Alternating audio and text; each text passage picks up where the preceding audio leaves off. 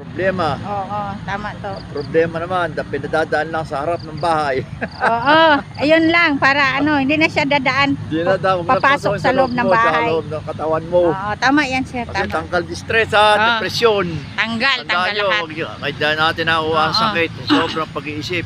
Oo nga, tama sir. Oh, di ba? Oo. Good morning daw guys, sabi ni sir. Good morning. Lalakad na ako. Oh, sige sir. Ayan guys, si sir ay mabait na tao. Meron po siyang sinasabi sa atin ay gagawin natin dahil part po siya sa Panginoon. At saka si sir din ang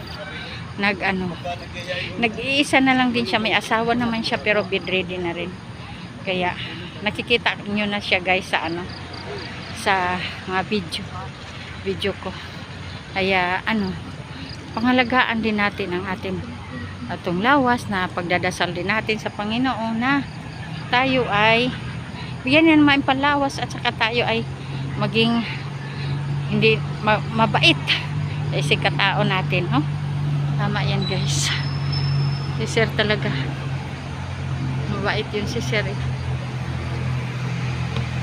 Manda na siya kaya yun, shout out sa mga senior, para sa mga senior ko, sa inyo, I love you all.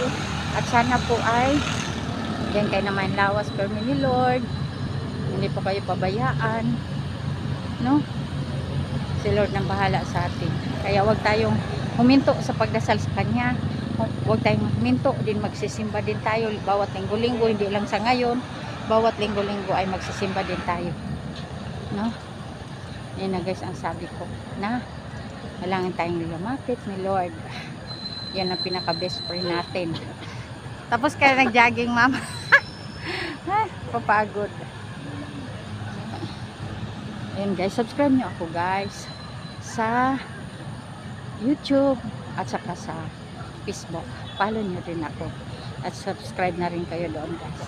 Dahil maraming salamat din sa inyo. Sa inyong mga pagtulong, sa pagpanood lang guys, ay malaking tulong na rin to na maitulong ko rin balang araw sa mga nang hihingi ng tulong at nangangailangan. Si Lord na rin din ang bahala sa inyo, no? Sa patuloy nyo panonood guys sa akin.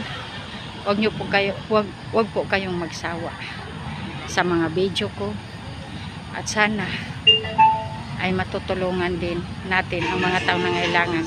Sige na guys, kasi may music na. Bye bye, follow for me more. Mwah mwah. Chop chop. Bye.